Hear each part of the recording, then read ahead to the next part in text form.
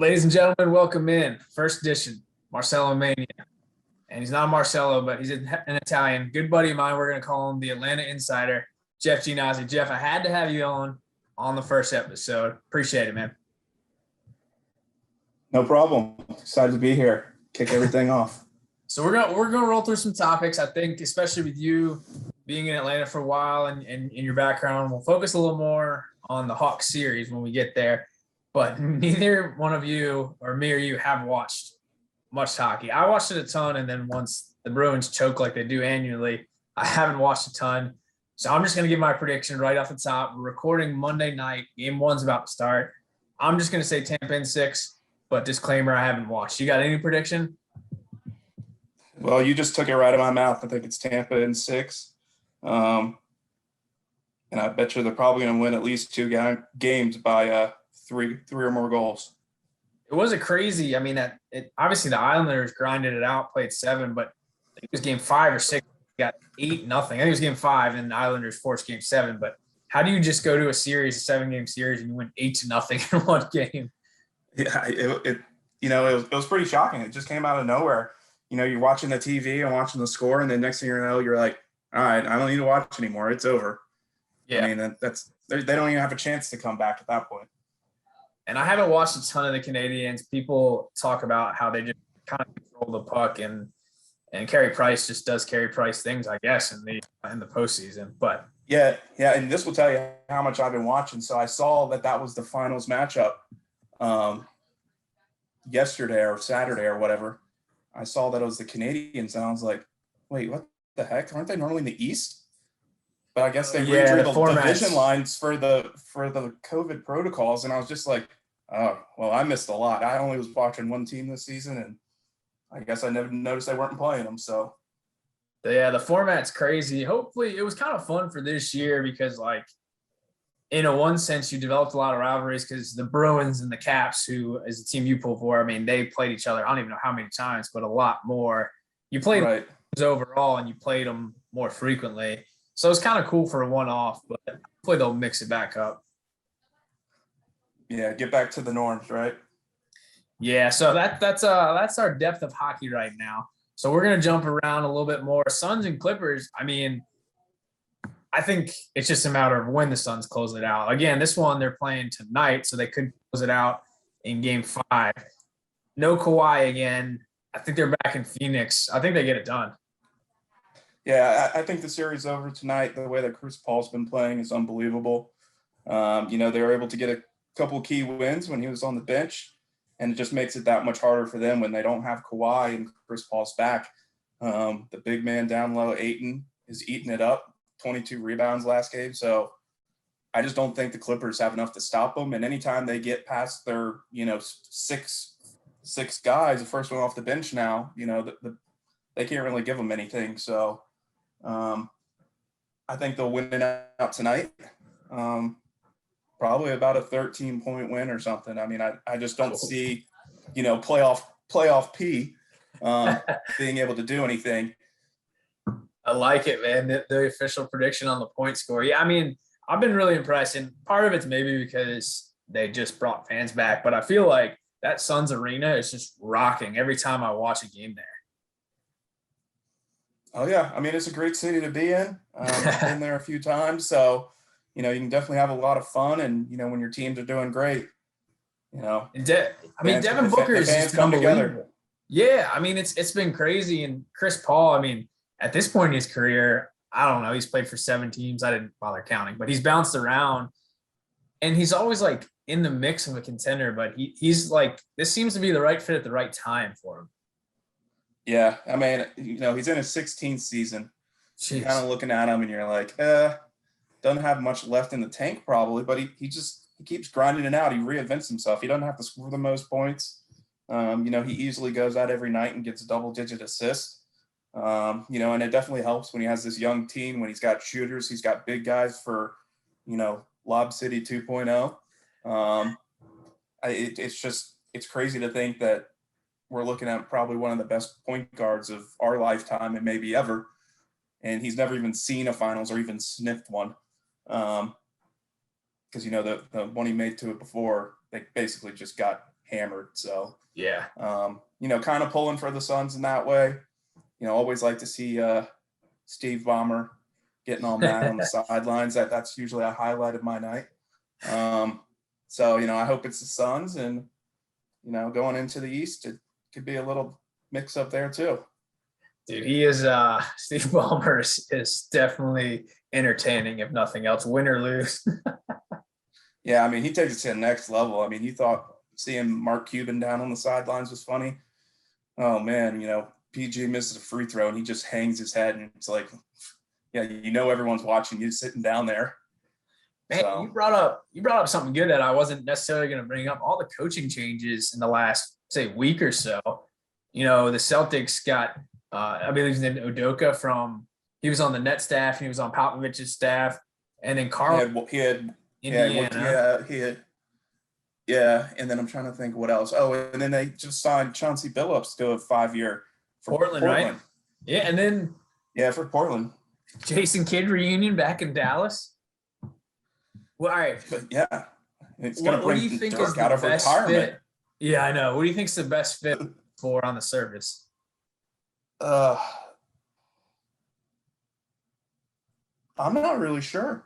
I think Kidd's going to be. What do you think? I think Kidd's going to be better this time around.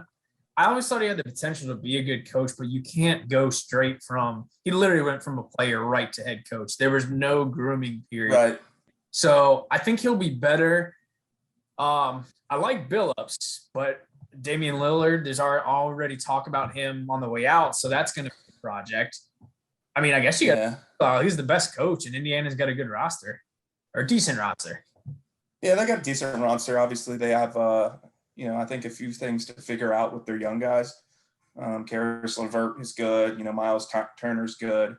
So they definitely got a lot of good young talent.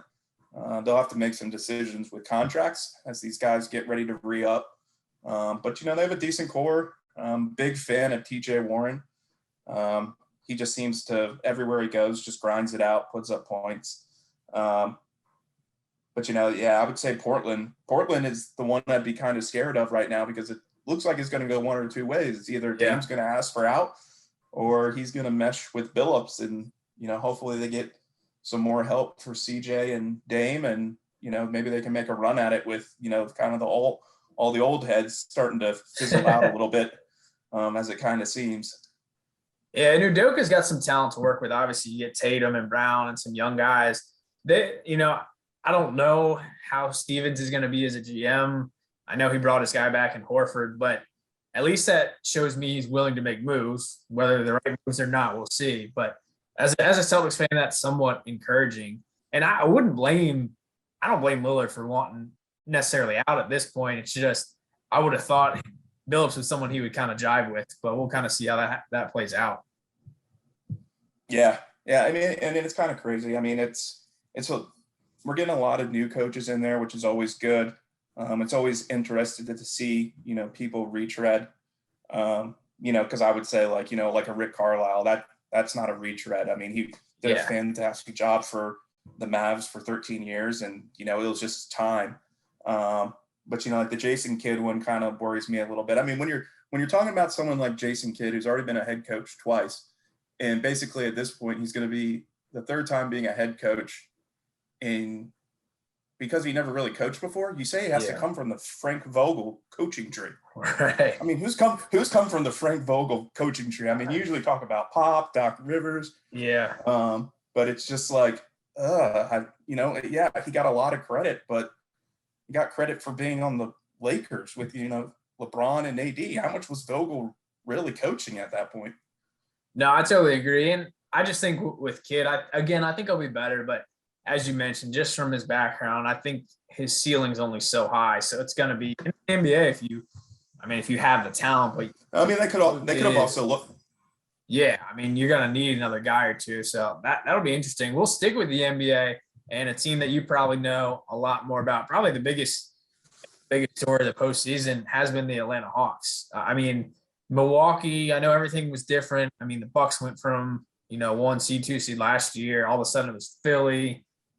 No one, I don't think, really believed in Philly, but Trae Young, outside of Devin Booker and the Suns, it's got to be the Trae Young show in terms of what people are talking about. Yeah, I mean, it's exciting. The city is riled up. They have State Farm Arena rocking right now. They just need to dig out some more wins. I mean, that's kind of what it's coming to. They get all the way down to the wire, and you let Middleton just take over the fourth quarter. He puts up 20 points, hits 4 or 6 from 3.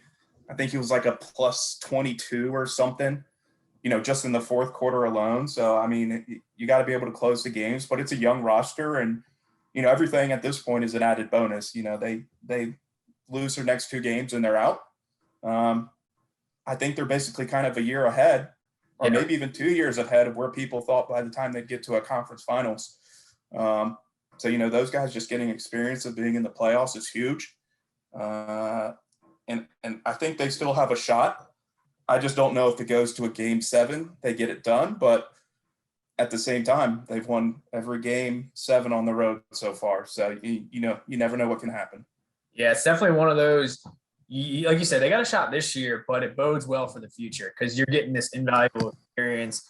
And Trae Young, I guess if you want to say it's his coming out party, but like he's got that attitude that I think you need. Like, and Devin Booker has it too. Like, just those guys, they want the pressure, they want the ball. Like, and I mean, I'll probably bring it back to the Celtics. I think you look at Jason Tatum, he's got all the size and skills, but he just has flashes of that. Whereas I think Trae Young and Booker at this point in their career are just consistent. Like, they're going to give it every night. Yeah, I mean, a guy like Trae Young, he was a big draft pick for him. Got a little overshadowed because of the whole Doncic pick and then trade. But to us here in Atlanta and to a lot of people that watch basketball, he's already had his coming out party. This is more of just like his national attention coming out party. They basically have had more at this point through the playoffs. They've had more national games this year than they had in the previous 2 years combined. When you don't make the playoffs, you're not playing, competitive basketball down the stretch, people don't really know who you are. And the only time you see them is if they make, ESPN top 10 or they make the headlines for dropping 40 or something. So I don't think it was a big surprise from that standpoint, but I think just the maturity of the young guys overall in their team is really kind of changing the dynamic. I think Nate McMillan taking over really set the bar at a different level that Lloyd Pierce did. I think Lloyd Pierce was one of those coaches to come into what he needed to do, which was take the team to a certain level. I never saw him as a 10-year Hawks coach that would take us to a championship. But when you're good at developing young guys, I mean, sometimes that's what you need. So. Yeah, I mean, and Trae, like you said, y'all been watching him a lot closer, especially if you're a Hawks fan. Like, and maybe it's just his size, his position. Like, to me, and I'm probably far from the only one, it just reminds me of when Curry kind of busted on the scene. Like, he was a good player for a few years, and then all of a sudden it became he was dropping 50 here and there, and you're like, even a casual like Wednesday night game, you might be like, all right, I got to tune in. So I think what he's doing this season, like moving forward, he's gonna be one of those guys where it's a random team middle of the season. You might flip on just to see him. Oh yeah, definitely. I think he's going to become an attraction, especially for like the Eastern Conference. There's so many big names in the Western Conference. You got AD, LeBron, Chris Paul's back there. Kawhi, all the guys in the Clippers. Yeah, Kawhi. But they got all these big names, and I mean, you look at the East. There's a couple good names, but there's a lot more talent of younger guys in the East right now. Of teams that are trying to get back to the top. So, I think definitely the team is going to become a team that everyone's going to want to watch and pay attention to on a random Tuesday night on NBA TV. Yeah. And I mean, the good thing you got going too, not only do you have, your superstar of the now and the future, Atlanta is a city that guys want to go to. That's not one of those cities where you're worried about free agents. Like, guys are going to go. because they like Atlanta and they're going to play with Trey. Yeah, so yeah, it's definitely a city that's if you can build up a good program, they're going to want to come. You're not shipping yourself out to Utah or Minnesota, Cleveland or Detroit. It's a city that people are currently moving to overall, and a lot of basketball players have their off-season house here already as well. There's a lot of guys who have come here to play for the Hawks for a few years, and this is still their main residence. So I definitely think it's going to be a team that hopefully coming this off season or the one following, that they can find another superstar to, really team up with Trey and try to take this team to the next level.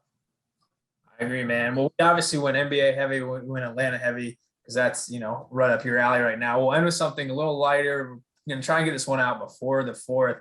I believe it's the 6th. It's going to be the second version of the match. It's going to be Mickelson, Tom Brady, Bryson DeChambeau, and Aaron Rodgers is going to come back from wherever he's been the last month, or with Miles Teller getting in trouble. Who knows what he's doing? But what are your initial thoughts? I mean, it's hard to handicap that, pick that one, but it's going to be fun to watch. Last year's was awesome.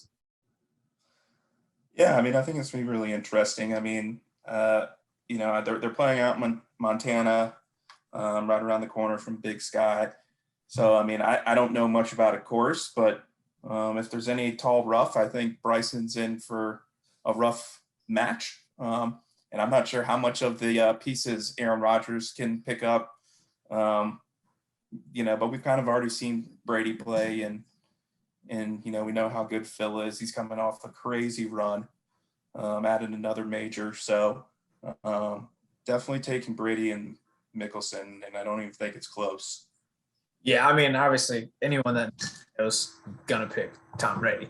But I mean, you're right. Like, I'm sure Aaron Rodgers is I'm sure he's a good golfer, but like, we've never seen him, at least Brady, and he didn't even play that great like last year. But you hear all these stories about him just walking up to the tee and just acing something. So, and Mickelson, I think both of them are I mean, how can you not be more confident? He just won a Super Bowl. The other guy just won a major. Like, and the way they're chirping Bryson and Rodgers, man, it's funny. Oh yeah, I mean, this one's definitely a little bit more entertaining. The one with seeing Tiger was great, but this one seems like it's going to be a little bit more chippy, and maybe this one can evolve into possibly something with Bryson and Brooks Koepka. Yeah, golf is good for a lot of reasons. So, Jeff, I appreciate it, man. This is fun. You'll be definitely a regular on this, and I'll try and do this every once in a while, but especially when there's any Atlanta related stuff. But your golf, your basketball, we'll get you on, man. But I appreciate you joining. Yeah, no problem. Excited to see how this goes. Welcoming on my good buddy Sam Hyman to MarcelloMania, and Sam, you got a story to tell. But before we do that, I just want to give the viewers, the listeners, a little background on us. I think you did a podcast a couple years ago, maybe interviewed me. But Sam and I go back to our days with the Richmond Flying Squirrels. He was an intern there and Syracuse grad, got down there, and I was producing the games, and we kind of hit it off and have kept in touch ever since. So it's good to talk to you, Sam. Phil, it's great to be on. I do remember those nights in the studio in Richmond, Virginia, where we were sitting through rain delays, chopping it up, getting to know each other. I was hosting the pre and post game, and you were doing your thing, running the board, and that was 2015. Can you believe that? Like, that was so long ago. But man, if we could go back in time for a day, that would be so man. And we both made some good connections, some guys, some in the industry that we still talk to. So definitely thankful for that. Thankful for your friendship. And Sam is a broadcaster. That's his background. He's really good. He's been grinding at it. He's, done a lot of different stuff, but he's got a really interesting story to tell right now. And that's coming off a national championship. He's been at Wingate the last year. So it's also a good story because it's something you've seen build. So we'll kind of get a little bit more into some of those questions, but can you just briefly reflect on that last game when you close it down, national champions? What was that moment like? Well, I'll tell you what, I think typically I would be in a situation where I was calling the game, but I was capturing video So we had a crew. It was myself, Trey Harrell, Hugh Patton, and a couple of students. And so that last game was the 5th straight day of a game. So we were playing 5 games in 5 days, all elimination games after losing the first game on Sunday. Okay, and the crowd was insane. Cary, North Carolina is only about 130 miles from Wingate, so you're talking about a huge home vibe, right? Like there's a lot of Wingate people there, and I'm turning around, I'm seeing a whole bunch of former players and alumni, just unbelievable.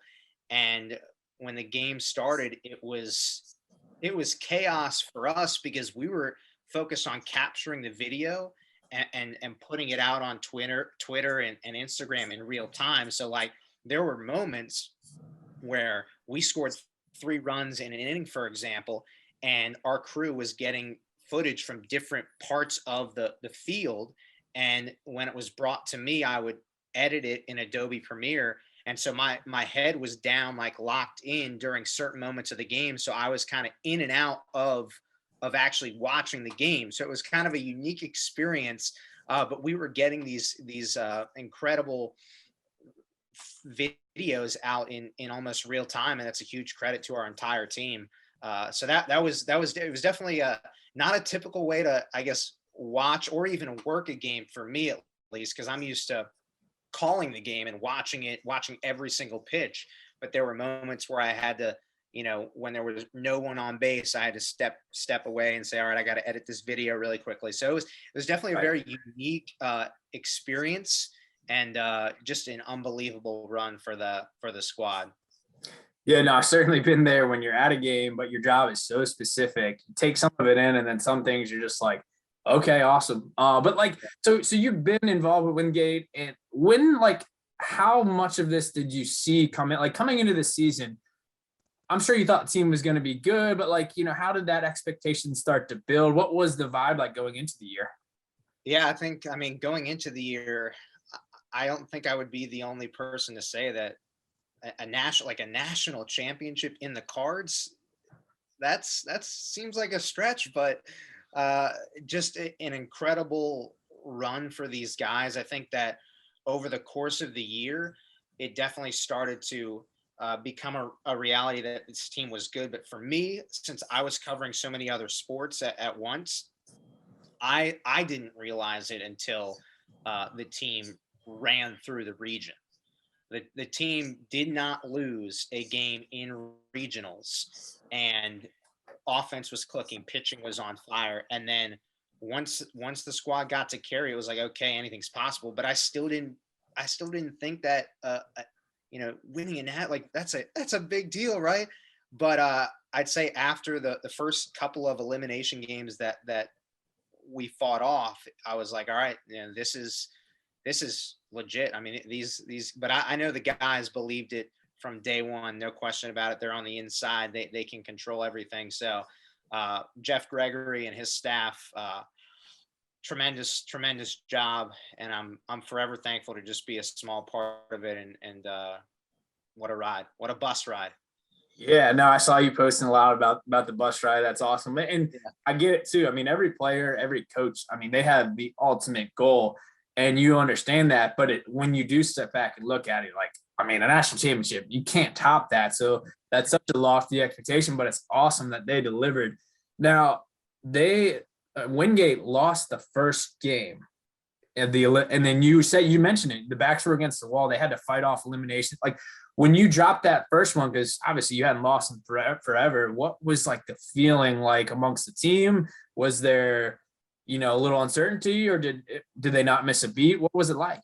Yeah, I think these guys just roll with the punches all season long, and for me at least, the idea of losing that first game of double elimination, right? That almost seems impossible to come back and do what Wingate did.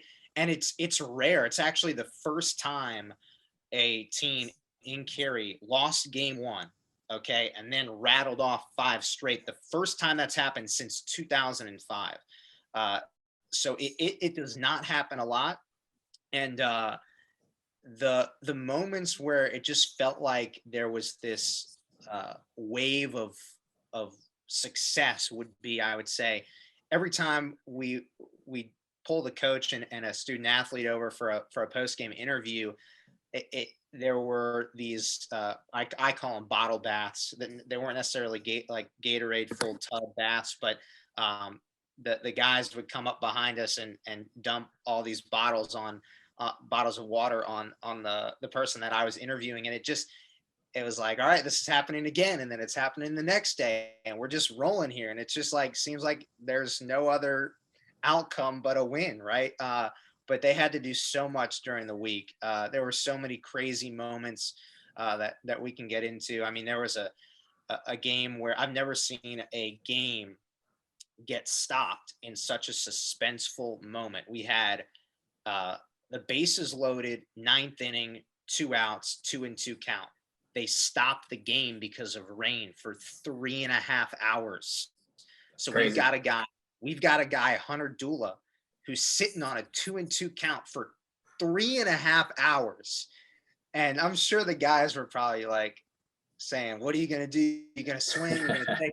And I remember Hunter, like right before he walked up to the plate, he was in the on deck circle, just taking a couple of swings. And we were right there by the dugout to get video. And he was like, it's pretty simple. I either get a hit or I don't. And I was like, all right, you seem pretty calm. And first pitch after the 3.5 hour rain delay, walk off hit. And that was one of the many elimination games the team fought off. That's crazy. And you touched on a couple. There had to be so many kind of like surreal moments or turning points outside of obviously closing it down and winning the national championship. Is there one other like moment or game that sticks out to you along this run? I think, I mean, the recent ones obviously stick with me the most. I have to point out the game right after the rain delay game. So Wingate had to beat Angelo State twice to get to the championship game because Angelo State was in the winners bracket. So after that walk-off win that I just referenced from Hunter Dula, we had to turn around and play Angelo State again. The team did. So Wingate's up 7-3. Angelo State comes back, ties the game 7-7.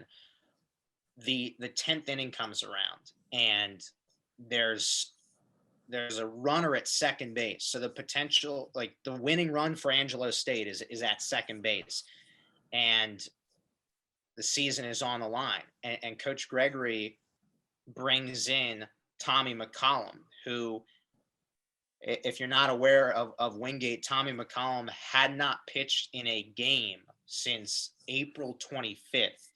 Not because he was physically injured. He was just struggling with some mechanical things. So this is like a move where I'm sitting back and I'm like, wow, like this is bold. Like he hasn't pitched in weeks, in over months of time. Comes in and first 3 pitches, all strikes, struck the guy out, ended the 10th, closes the door in the 11th, and he was, I interviewed him. You can check out the interview on Wingate Bulldogs YouTube channel. Got a little bit emotional because it was a big moment for him, and he hadn't pitched in over a month or two. April 25th, and this game was in mid-June, and he delivered. And he talked about how one particular player, Carson Simpson, helped him through the time of uncertainty where he was struggling mechanically and maybe through some other things. But to come in that moment was one of the coolest things that I have ever seen in my time covering sports. I like that scenario where you're talking about a guy who hadn't pitched in a while because he was struggling mechanically, for Coach Gregory, Coach White to trust him to step up and do that. It was iconic. Well, I mean, what a story about some mental toughness, some resiliency. I mean, that's really cool. I'm really happy for him, really happy for the guys at Wingate. And obviously any excuse to talk to you is a good one. The Wingate one was a good time to have you jump on here and tell this story. But before we get out of here, let's talk a little bit about Sam Hyman. How, you've been working in this field for a little bit. When did you know, like at what age were you like, all right, this is something that I want to pursue? Wow. I think I knew at a young age, at an age probably like I'd say middle school. There was a career fair where I was sent to the radio station, probably one of 2 or 3 people sent to the radio station. Everybody else is going to the fire department, the police department, I don't know. I just was sent to the radio station, and this old radio station. And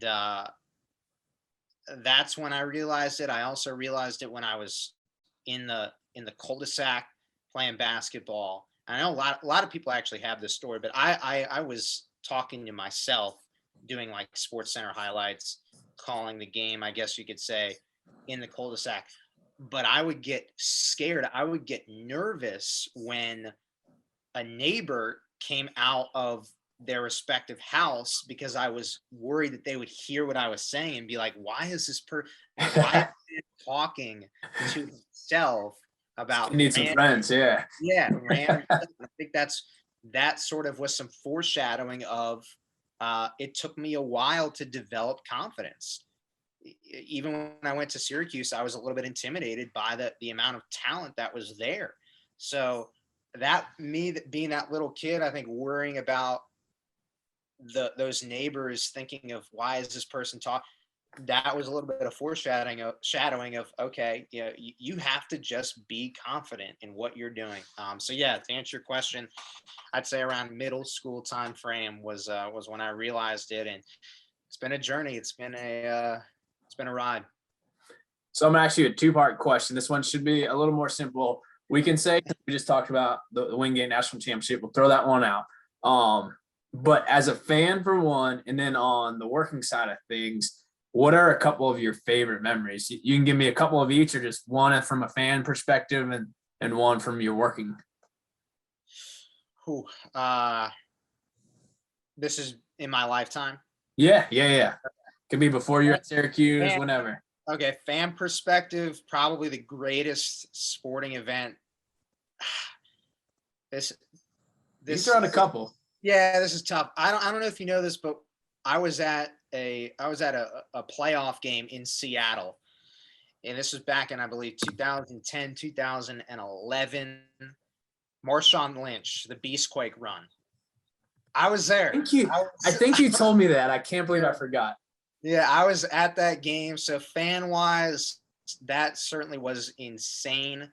I did not have I don't even know if I had a Twitter back then in 2011. But goodness, I'd say fan-wise, that was crazy. There's so many work-related events that I've been so fortunate enough to be around. I would say Syracuse in the Sweet 16 against Gonzaga. I called the game in 2016 as a student for the student radio station. Syracuse Gonzaga. Tyler Lydon had a big block, and that was just crazy to be in that moment. But there's so many others that, I mean, I was in the building when Jenkins hit the game winner for Villanova after Marcus Page had that crazy, like that was the same run that I'm talking about in 2016 when Villanova cut the nets down. So like I was there, I wasn't working it because Syracuse had lost, but we stayed for the final game. So been to a lot. And then obviously the most recent is the national championship for Wingate. I mean, yeah. to see that team do what it did, rattle off 5 straight elimination games. I don't care what level it is. This was one of the best events that I have covered in my lifetime so far. That's awesome, Sam. I know me and you could go back and forth forever, but I'll just have to have you on another time. I appreciate you joining me. Really cool story to tell. And, I'm sure hopefully I'll get you on again, but it's always good talking to you. Yeah, Phil, thanks so much for having me, and can't wait to see you continue to do big things.